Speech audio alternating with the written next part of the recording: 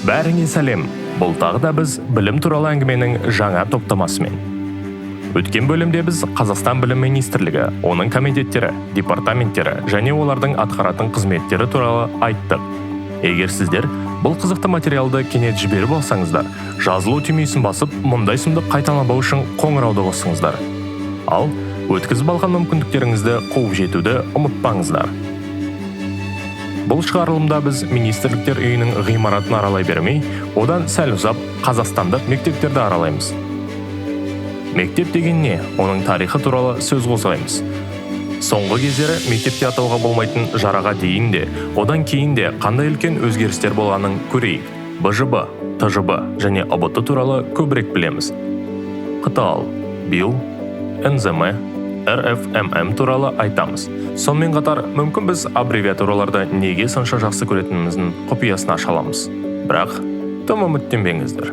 Ал ду қол шапалақ, біз бастаймыз.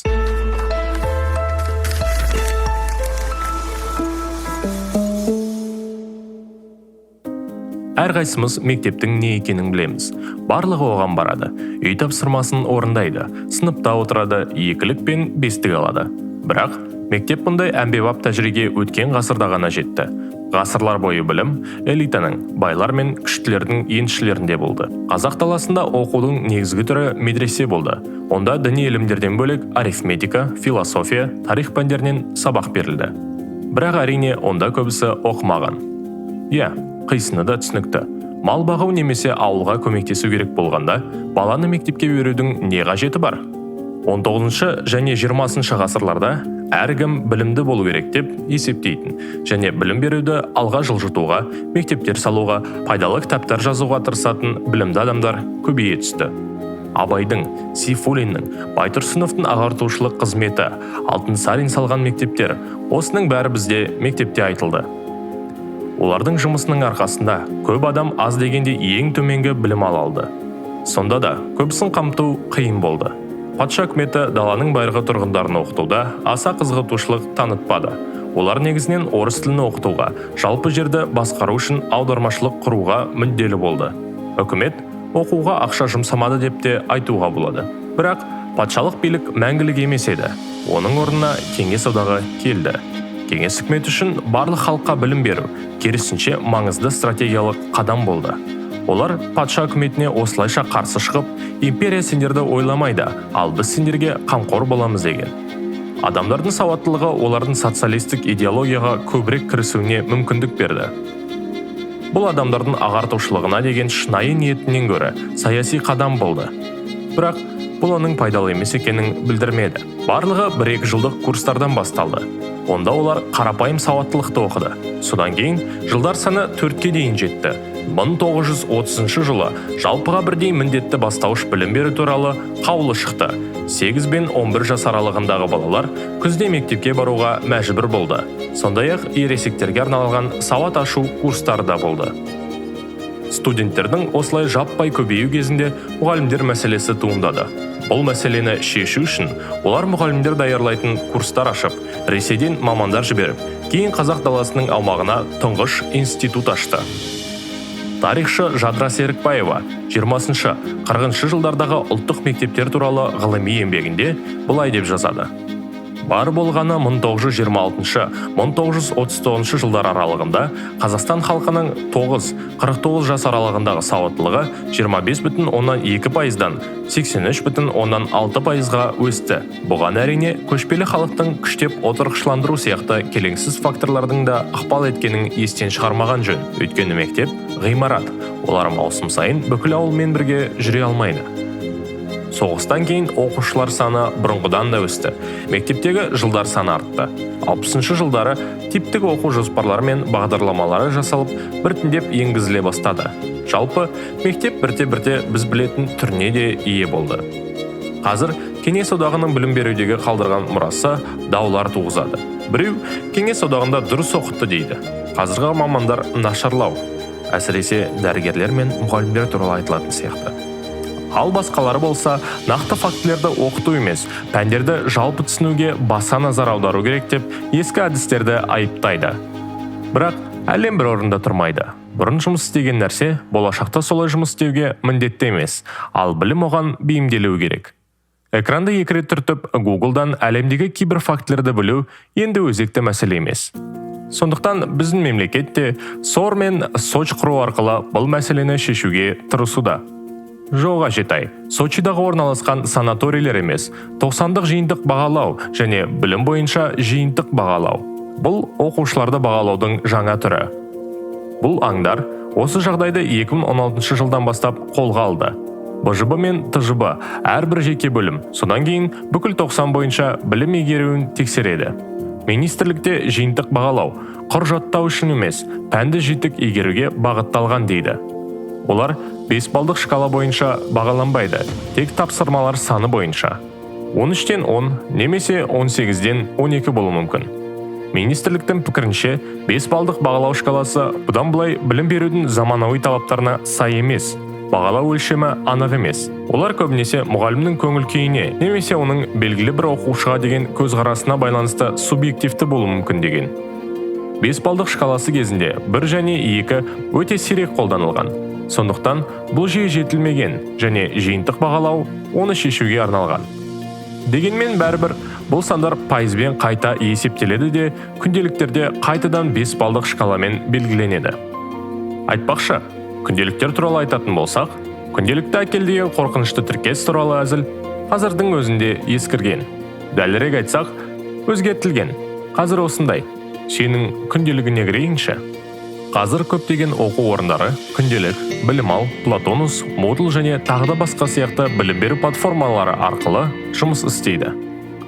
Функционалдық оқу мүмкіндіктері әртүрлі, бірақ олар оқу материалының өзінде бағалаумен де қамтамасыз етеді. Ата-аналар балалардың алған бағаларын, әрбір БЖБ немесе ТЖБ үшін қанша алғаның, сабақта қандай тақырыптарда өтетінің, тіпті балалардың сабақ кестесін де көре алады. Оларды араластыруға да болады. Мысалы, мұғалім лекциялар мен тапсырмаларды Moodle-да қояды, ал білім алда алған бағаларын қояды. Бұл платформалар бұрыннан жұмыс істеген, бірақ пандемия және қашықтықтан оқытудың басталуымен олар әлдеқайда жиі қолданыла бастады. Жалпы пандемия білім беру жүйесінде көп нәрсені өзгерткенін бәрі де естіді деп ойлаймын. Балалар сыныпта 45 минут отырып, тапсырмаларды орындаудың орнына төсектен тұрмай зумға қосылып, жартылай ұйықтап мұғалімді тыңдайды. Мұғалім болса 20 минутқа келмейтін тақырыптарды түсіндіруге тырысты. ЮНИСЕФ сияқты көптеген халықаралық ұйымдар дабыл қағып, қазіргі мектеп оқушылардың барлығын адасқан ұрпақ деп атайды. Мистикалық фильмді атаған сияқты. Пандемия оқушылардың болашағына қаншалықты әсер еткені туралы қазіргі бірінші сынып оқушылары мектепті бітіргеннен кейін де жылдар бойы талқыланатын шығар. Көрсеткіштердің бірі бәлкім PISA тесті болатын шығар. Program for International Student Assessment, яғни халықаралық студенттерді бағалау бағдарламасы. PISA өте танымал болғандықтан, көптеген білім саласындағы зерттеулер оны дерекқор ретінде пайдаланады. Және мемлекеттер одан көбірек алуға тырысады. Мысалы, Білім министрлігі 2014 жылға белгіленген көрсеткіштердің бірінде Қазақстан PISA, TIMSS немесе олардың баламалары сияқты мектептегі білім сапасын бағалау индекстері бойынша рейтингі ең жоғары 30 елдің қатарына кіреді делінген. PISA экономикалық ынтымақтастық және даму ұйымын 3 жыл сайын өткізеді және биыл 8-ші цикл болу керек еді. Бірақ пандемия салдары нәтижелерінде толық көрініс табу үшін келесі жылға қалдырылды. Тесттер 15 жастағы балалардың оқу туралы стратегиялық ойлау, математикалық есептерді шешу, ғылыми мәтіндерді түсіну және сыни тұрғыдан ойлау қабілетін өлшейді. Неліктен дәл осы скиллдерді? Өйткені ұйымдастырушылардың айтуынша, бұл дағдылар болашақта өзгермелі, жаһандық үрдісте бейімделуде маңызды рөл атқарады. Жалғыз пайдалы дағдылар. Көрдіңіз бе анашым? Физикадағы бестік соншалықты маңызды емес болып шықты. 2018 жылға осы рейтинг бойынша дәл осы кезде соңғы рет тестілеу жүргізілді. Қазақстан Әзербайжанмен 62-ші орынды бөлісті. Бізді математика алға шығарды. Өйткені оқудан және ғылым бойынша жалпы алғанда 69-ші орындамыз.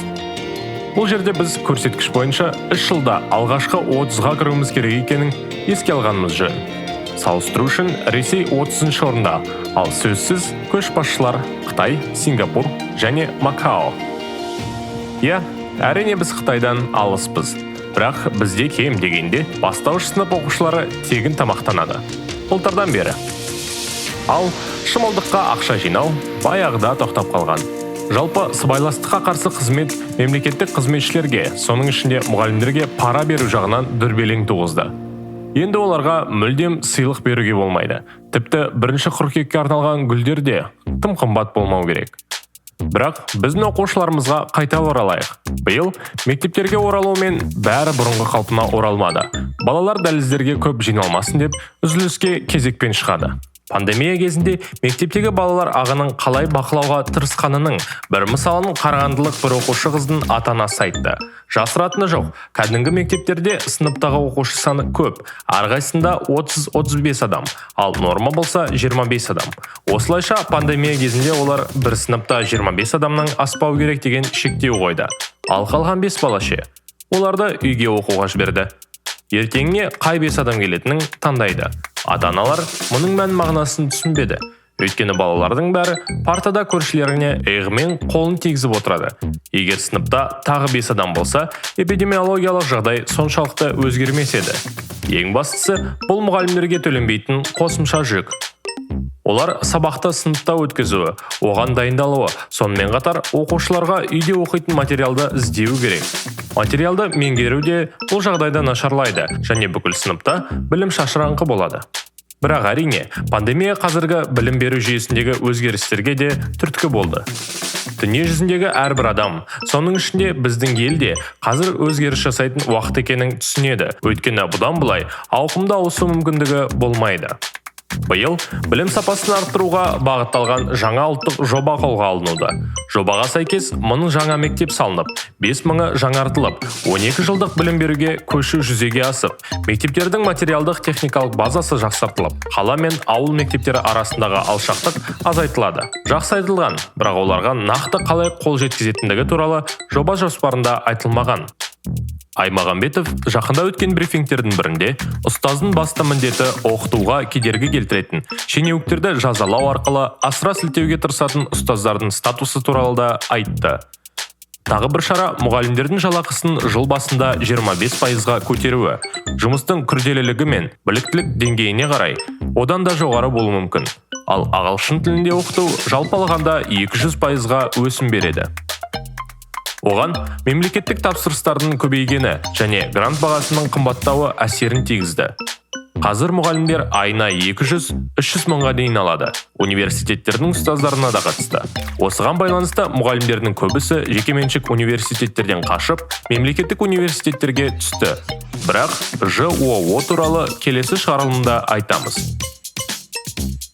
Биылғы жаңалықтың бірі цифрлық сауаттылық пәнінің енгізілуі. Бастауыш мектептерде балалар анимацияны, сондай-ақ интернеттегі мінез-құлық ережелерін оқып жатыр. Ал жоғарғы сыныптар үшін информатикадан Python бағдарламау тілі, тіпті 3D модельдеу де берілді. Әрине, олар мектепте компьютерді қосып өшіруді оқыған бізде емес. Олар бесіктен телефонмен өсіп келеді. Әрі қарай барсақ, жазғы сұхбатта біз бірінші бөлімде айтқан бұрынғы білім министрі, НЗМ басқарма төрайымы Күләш Шәмшидинова НЗМ-де жалпы білім беру жүйесін дамыту жоспарлары туралы айтты. Олар тапсырмаларды жекелендіру үшін жасанды интеллект енгізуді жоспарлап отыр. Жасанды интеллект сіздің балаңыз әртүрлі деңгейдегі тапсырмаларды қалай орындайтынын, қай тақырыптарды жақсы немесе нашар түсінетінін, қандай жылдамдықпен оқитынын анықтайды. Және ол орындай алатын тапсырмаларды таңдайды. Және де ол балаңызға тақырыпты жақсы түсінуге көмектеседі. Робот мұғалімдер туралы әзілдеуді тоқтай тұрыңыздар. Жасанды интеллект тек көмекші құрал ретінде болады. Ағылшын тіліне көбірек көңіл бөлінуде. Арнайы мектептерде пәндерді ағылшын тілінде енгізіп жатыр. ұбт-ны да қаласаңыздар ағылшынша тапсыруға болады екен. Айтпақшы, ұбт туралы айтатын болсам, бұдан 5-10 жыл бұрынғыдан сәл өзгеше. Қазір көктемде өткізіледі. Бұрын жылдың аяғында жазда өткізілетін. Әлі де 5 пән бар. Тек бейіндік пәндер қазір 2. оған қоса Қазақстан тарихы, математикалық сауаттылық және оқу сауаттылығын тапсырады. Ең көп ұпай саны қазір 125 емес, 140. Дегенмен 120 сұрақ бар.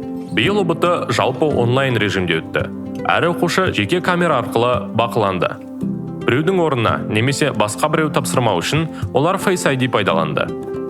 Биылғы жылы ұбытыны 2 рет тапсыруға мүмкіндік берілді. Тест тапсыру күні мен орнын оқушы өзі таңдай алды. Нәтижелер сол уақытта шығарылды.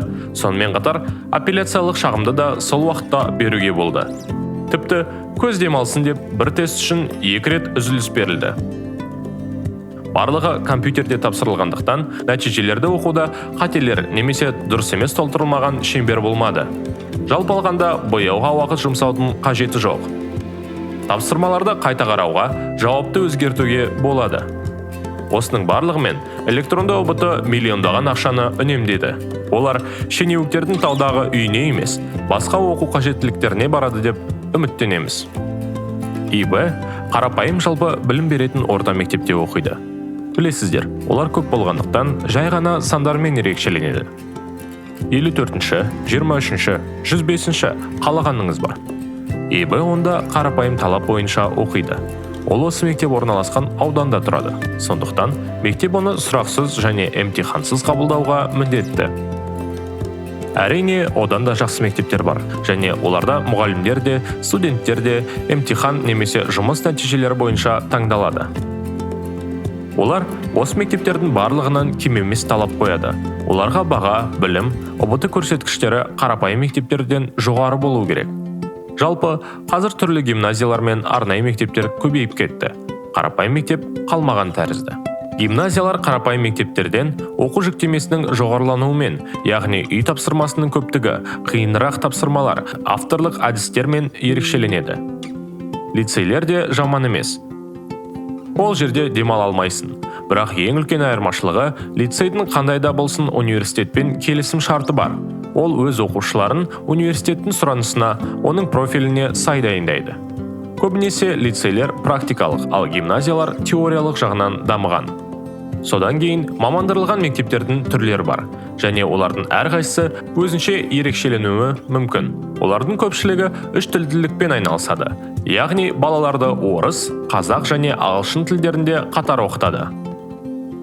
Арнайы мектептер санатына НЗМ, БИЛ, яғни бұрынғы Қытай, сонымен қатар РФММ сияқты мектептер кіреді. Неліктен барлық танымал мектептер аббревиатуралармен келеді деп сұрайтын шығарсыздар. Неліктен екенін түсініп көрейік. Жәутіков атындағы Республикалық физика-математика мектебі, немесе баршаға белгілі РФММ. Мектеп 1972 жылдан бері жұмыс істейді. Ол, одақтағы мызғымас, еркін республикалардағы үлкен университеттер кезіндегі мектептерге ұқсап құрылды. Әрине, бұл мектепте физика, алгебра, геометрия сияқты техникалық ғылымдар алдыңғы қатарда. РФММ-ді физмат деп те атайды. Ағылшыннан Science, Technology, Engineering and Mathematics дәлірек айтқанда ғылым технологиясы, инженериясы және математикасы. Яғни ғылым технология, инженерия және математикадан бастап STEM мектептерінің консорциумының бөлігі болып табылады. STEM бұл білімге қатысты қазіргі кезде маңызды термин. Егер білмесеңіздер, онда есте сақтаған жөн. Онда оқуға түсу оңай емес. Қабылдау емтихандарын тапсыру керек, бірақ кейбіреулері республикалық олимпиадалардың нәтижелері бойынша түсіп қалу мүмкін. Мұндағы оқушылардың барлығы білім министрлігінің гранты бойынша оқиды. Олар мұнда қазақ және орыс тілдерінде оқиды. Бірақ 10-11 сыныптарда кәдімгі және жоғарғы деңгейдегі таңдауды ұсынады. Жоғары деңгейде сабақтар ағылшын тілінде өтеді. Егер бала сабақты жақсы оқыса және тағы да қандайда бір пәнді тереңірек оқығысы келсе, РФММ қосымша сабақтарды ұсынады. Физика және математика факультеті ұзақ уақыт бойы ең күштілер үшін мектеп беделін нығайтты. Олардың шәкірттерінің тізімін қарасаңыздар, бұрынғы премьер-министр Кәрім Мәсімов, кәсіпкер Тимур Құлыбаев, АХКО төрағасы Қайрат Келімбетов және тағы басқалар. Айтарлықтай жаман емес деп ойлаймын. 2016 жылы РФММ Астана қаласының филиалын ашты. Сол жылдан бастап айтпақшы, РФММ акцияларының 50% НЗМ ұйымына да тиесілі. РФММ-нің өзінің эндаумент қоры бар. Ол қайырымдылықтарды жинап, оларды мектепті дамытуға, студенттерге стипендия алуға, жобаларды қаржыландыруға бағыттайды. Сондай-ақ Физмат академиясы бар. Онда олар қосымша курстарды, STEM пәндері бойынша ақылы курстар бар және жеке платформасын ұсынады. Жалпы, олар бір орында тұрмайды. Көпшілік білетін Қазақ-түрік лицейі, КТЛ, қазір БИЛ немесе білім инновация лицейі. КТЛ-дарға келсек, дәл КТЛ. БИЛге әлі жетерміз. КТЛ 1992 жылы Түркиямен ынтымақтастық аясында құрылды. Содан Түркия президенті Тұрғыт Озал және біздің 01-шіміз мұндай мектептерді құру екі жаққа да тиімді. Оған қоса бізде жақсы мектептер болады. Сонымен қатар, олар орталық Азиядағы позицияларын нығайтады деп шешті. Түрік лицейлері бір кездерде аймақтың 5 елінде де болған. КТЛ-ға 7-ші сыныптан бастап емтихан тапсырумен қабылдайды. Лицейлердің ерекшелігі КТЛ оқушыларының айтуынша, олардың барлығы дерлік тек бір жынысты балалардың оқытылуы.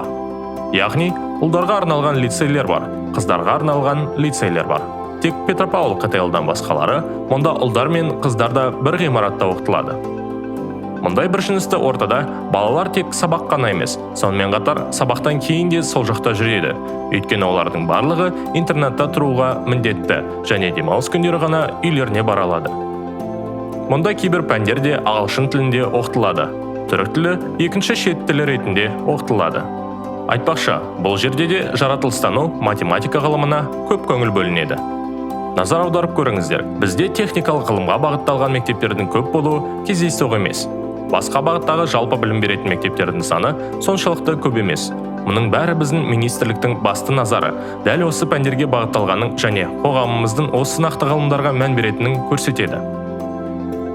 Біздің елде тілдер мен гуманитариялық ғылымдар әлдеқайда аз құрметтеледі. Гуманитарлар санау білмейді деген әзілдердің өздерің айтсаңыздаршы. Бұл жағдайда өнер туралы тіпті үндемеуге болады.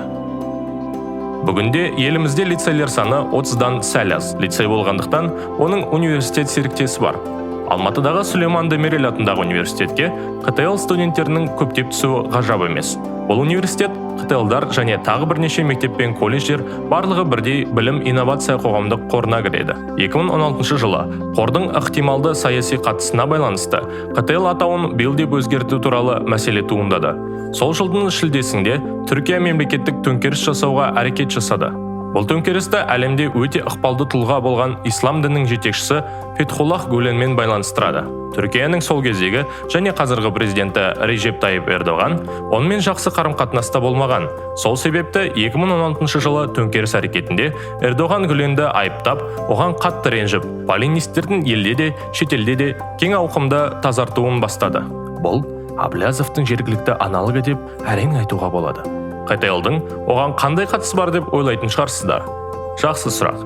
Қазақстандағы КТЛ-дың ашылуына үлес қосқан түрік президенті Тұрғыт Озал Гүленнің жақсы досы болған. Гүленшілер Қазақстанға КТЛ арқылы кірді ме? Айтуға қиын, бірақ бір нәрсе анық. Ердоған солай деп есептейді. 2016 жылы ол барлық мектептерді толығымен жабуды талап етті. Әрине, біздікілерге бұл ұнамады. Бұл өте жақсы білім беретін беделді мектептердің бірі. Біздің шенеуіктер де, мектептердің өздері де, студенттер де, түлектер де мектептерді жабуды қалаған жоқ. Бірақ біздің үкімет ресми Түркиямен араздасқысы келмеді. Мектептердің өздері және оларды қадағалайтын қор атын өзгертуінің саясатқа қатысын жоққа шығарды. Олар бұл жай ғана ребрендинг дейді. Сирек құбылыс емес. Және айта кетсек, расымен солай. Егер сіз Instagram немесе Facebook'ты жаңартқан болсаңыздар, онда From Meta жазуын байқаған шығарсыздар. Ребрендингімен тұрсын. Кейіннен қамқоршылық кеңеске бұрынғы вице-премьер Иманғали Тасмағамбетов пен білім министрі Ерлан Саданов кіре бастады. Оның үстіне бүгінде мектептерде түрік мұғалімдері санаулы ғана болды. Мұғалімдердің көбі бұрынғы түлектер немесе мүлде басқа ұлт өкілдері. Мектептер Қазақстанның оқу бағдарламалары мен талаптарына сәйкес келеді. Олар да біздің еліміздің бюджетімен қаржыландырылады. Егер сіздер КТЛ-да оқып, атауды өзгерту кезінде түссеңіздер, ғимараттағы жазудан басқа бірдеңе өзгерді ме екен, астындағы пікірлерге жазсаңыздар болады. Назарбаев зияткерлік мектебі. Айтпақшы, лицей болмаса да, ол мектеп оқушыларын Назарбаев университетіне түсуге мақсатты түрде дайындайды. Ақпараттық бюроның мәліметінше, 2021 жылы НЗМ түлектерінің 29%-ы НУға оқуға түсті. 2008 жылы елбасының бастамасымен НЗМ құру жобасы қолға алынды. Сол кезде олар Назарбаев университеті мен Назарбаев қоры ерекше мәртебеге ие болды. Олар оқу жоспарларды, емтихандарды және бағалау шарттарды бекітуге мүмкіндік берді. Сондықтан НЗМ оқушылары ұбт тапсырады. Олар басқа білім жүйесінен бөлек келгенімен, олар әлі де оған енгізілген және кейбір негізгі талаптарды орындауы керек. Ең банальдысы қазақ тілі мен Қазақстан тарихын оқу болып табылады. Қазір елімізде 20 НЗМ бар. Олардың әрқайсында мектеп-интернаттары бар. Бірақ билден айырмашылығы онда тек басқа қалалардың балалары тұрады. Мысалы, басқа облыс балалары. НЗМ идеясы балабақшадағы балалардың бір жүйеде оқуы. Балабақша, кейін НЗМ, одан кейін Назарбаев университеті. Назарбаев мектептерінде бәрі басқаша. Олардың сыныптары 24 оқушыдан аспайды. Қулық немесе сыбайлас жемқорлық мүмкіндігін болдырмау үшін НЗМ қабылдау студенттерінің тестілеуін тексеру үшін Англияға жібереді. НЗМнің өзінің мектеп және спорт формасы бар. Оны мектеп тегін береді. Онда жалпы бәрі тегін. Олар тегін оқиды, мектеп есебінен тамақтанады. НЗМ тіпті өздерінің жеке оқулықтарын шығарады. Олар НЗМде 12 жыл оқығанмен, Қазақстанның бірқатар жоғары оқу орындарына олардың түлектері бірден екінші курсқа түсе алады. НЗМ оқушысының бір анасы бізге ондағы ата-аналар жиналысының да стандартты емес екенін айтты. Оларға куратор кәдімгі мектептегі сынып жетекшісінен айырмашылығы, сабақ өткізумен айналыспайтын адам қатысады. Бұл балалар мен олардың тәрбиесіне, олардың біліміне ғана көңіл бөлетін жеке тұлға, және де бұл мұғалімдердің сабаққа кедергісіз дайындалуына мүмкіндік береді. Жиналыста куратор тек жалпы мәселелерді талқылап, жеке мәселелерді жеке талқылайды. Балаларды басқалардың көзінше ұрыспайды. Қысқа жиналыстан кейін ата-аналар пән бойынша мұғалімдер отырған залға шығады. Мұнда мұғаліммен қызықтыратын мәселелер бойынша жеке сөйлесе аласыз. Сонымен қатар ата-аналар баланы тыңдап қана қоймай, мұғалімдермен танысады. Қарапайым мектептерде жиналыстарда қызық емес, тақырыптарда лекциялар өткізіледі. Онда ата-аналар жай ғана отырып, түсініксіз нәрсені тыңдайды. Көбінесе ата-аналар жиналыс кезінде сұрақтарға әсер ете алмайды. Өйткені жоғарғы эшелондарда олар бұл мәселе бойынша бұрыннан шешім қабылдаған. Ата-ана мысал келтіргендей, осындай жиындардың бірінде латын әліпбиі туралы мәселе заң жобасы қабылданғаннан кейін талқыланыпты. Жақында Азаттық бір қызық сұрақты сараптады. Бейіндік мектептер әлеуметтік теңсіздікті тудыра ма? Қазірдің өзінде іріктеуден бастап, қабылдау емтиханында өтпеген бағдарламаны немесе қарапайым мектептерде балаларға оқытылмаған логика бойынша сұрақтар қойылады. Көптеген дайындық орталықтарына баруға мүмкіндігі бар балалар ғана мұндай сыныптарға өте алады. Ал табысы аз отбасының немесе мамандар жетіспейтін ауылдың баласы олармен қалай бәсекелесе алады? Қалай ойлайсыз? Мұндай мектептер теңсіздікті тудыра ма? Қалай ойлайсыздар? Неге мұндай мектептер біздің елде өте танымал және әркім баласын солардың біріне беруге тырысады? Мұндай мектептерді таңдауда нені негізге аласыздар? Дегенмен, біз сапа деп нені санайтынымызды ойлану керекпіз. Жақында Алматыдағы НЗМ мұғалімімен болған жанжалды еске салғымыз келеді. Ол денсаулыққа ауыр зиян келтірген үшін сот алдында жауап берді. Бұл мұғалімге бұрын өмір сүрген Ұлыбританияда сабақ беруге тыйым салғандықтан ол шетелге, біз сияқты елдерге барды. Оның мәртебесі шетелдік болғандықтан ғана жоғары деп саналды. Оның үстіне жай ғана емес, Ұлыбритания біз мұндай ұстаздарды сыйлаймыз, құрметтейміз. Олардың жалақысы жергілікті мұғалімдерден бірнеше есе көп. Ол түсінікті. Онда жай ғана кім келеді? Бірақ оларға да талап қою керек. Шетелдік мамандарды жалдау әрине жаман емес. Бірақ олар жай ғана көрнекті емес, құнды болу керек. Мамандырылған мектептер туралы айтатын болсақ, БИЛ, НЗМ және РФММ өте керемет болса, неге олар барлық мектептерді солар сияқты жасамайды? Міне, білім саласындағы барлық қазақстандық мәселелерді шешу жоспары осы емес пе?